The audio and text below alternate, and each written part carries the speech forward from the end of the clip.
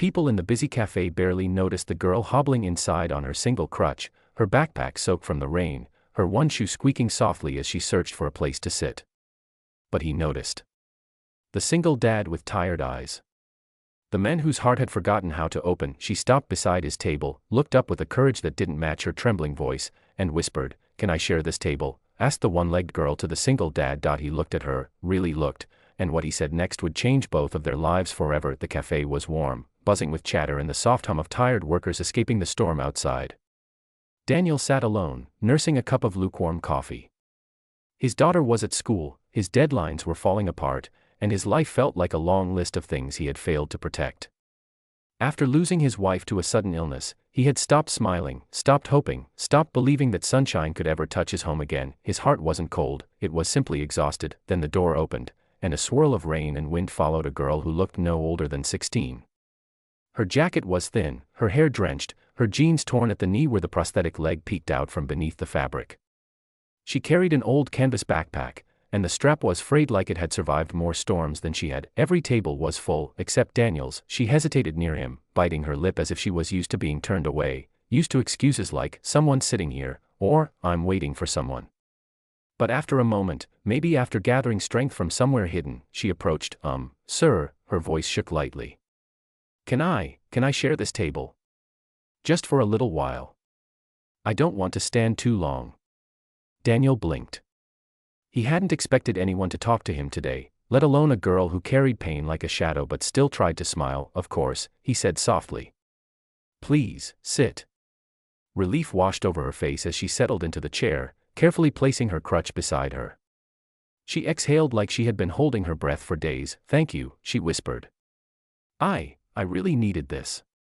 Daniel nodded but said nothing. He wasn't good at conversations anymore, but she was. After a few silent minutes, she finally spoke. "My name is Mia." He gave a small nod. "Daniel. You look like someone who could use a friend today," she said innocently, stirring her hot chocolate. "I can tell, because you're trying to hide sadness behind your coffee." Daniel froze. How did she see through him so easily? Before he could answer, she added gently, "I know that look. I see it in the mirror sometimes." Outside, thunder rumbled, and Daniel felt something inside him soften, a small crack in the wall he'd built around himself. He cleared his throat. "Are you okay, Mia? You seem young to be alone in this weather." She smiled, but it didn't reach her eyes. "Being alone is normal for me." Daniel frowned but didn't push. He didn't want to pry, but then she said something that made him put down his coffee completely. "My dad used to bring me to places like this, before the accident. Before I lost my leg. Before he left." Daniel stared at her. "He left? After your accident?" Mia shrugged, pretending she didn't care. "Some people just don't know how to handle broken things." A deep ache pulled at Daniel's chest. He knew what it meant to lose someone. But he couldn't understand how a parent could walk away from a child who needed them most. "And your mom?" he asked gently. "She works a lot," Mia replied. "Double shifts. Triples sometimes. I barely see her." "I don't blame her. Without her, well," she lowered her eyes. "We might not have anything." Daniel didn't ask anything more. He didn't need to. The weight she carried was heavy enough. Minutes passed, and then something unexpected happened. Mia reached into her backpack and pulled out a small notebook filled with sketches, beautiful sketches. Landscapes, people, moments she must have captured from memories or dreams. Daniel stared. "You did these?" She nodded shyly. "Drawing helps when life doesn't."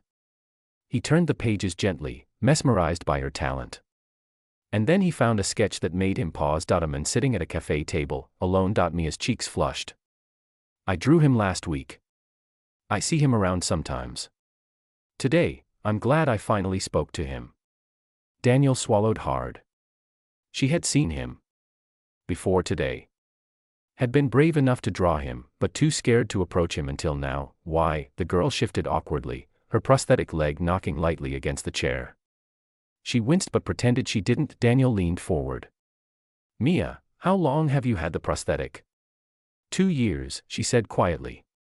"But it still hurts sometimes. Especially when I walk too much." His eyes softened. Why were you walking in the rain today?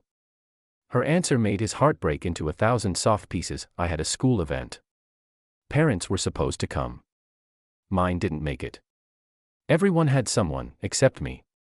Daniel felt something inside him collapse, and for the first time in months, maybe years, he spoke from the heart. If you ever need someone there, he said gently, you can ask me. Mia blinked, eyes glistening. Why would you do that? Because kindness, he realized, was the only thing that made broken people feel whole again. Because no one deserves to face the world alone, he whispered. The storm eased, but neither of them moved. They stayed in that cafe as though time itself had paused to give them space to breathe. Then Daniel's phone buzzed. School.it was a reminder to pick up his daughter, Lily. He sighed and stood up. I have to go. My daughter's day is almost over. He expected Mia to nod politely and say goodbye. She didn't. Instead, she said softly, can I walk with you? I don't want to go home yet. Daniel hesitated, but just for a moment. Something told him this girl wasn't asking for convenience. She was asking for connection. Sure, he said. Come with me. They walked slowly through the damp streets, Daniel matching her pace so she didn't struggle.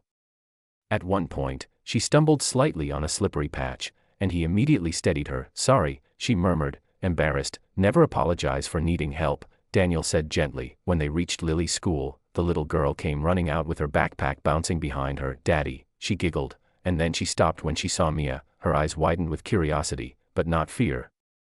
Children have a way of seeing the world with honesty adults forget. Hi, Lily said cheerfully. What's your name? Mia, the girl answered softly. You're pretty, Lily announced without hesitation. Do you want to walk with us? Mia blinked in surprise. Sure, if it's okay. Daniel nodded. It's more than okay. The three of them walked together. For the first time in years, Daniel felt something warm filling the empty spaces of his chest. They reached the small apartment complex where Daniel lived. Lily skipped inside to drop off her bag. Mia lingered outside, unsure. You can come in, Daniel said. If you'd like. Mia's eyes shone with that familiar mix of hope and hesitation. Are you sure? Yes, he smiled. I think this table of ours has room for one more. Inside, Lily talked nonstop. Children don't need permission to love someone new.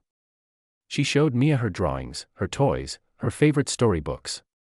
Mia laughed, really laughed, the sound bright and shaky, as if she hadn't done it in a long time. Daniel watched them quietly, his heart swelling. Later, when Lily was busy coloring, Mia stood beside Daniel in the doorway of the kitchen. Why are you being so kind to me? She whispered.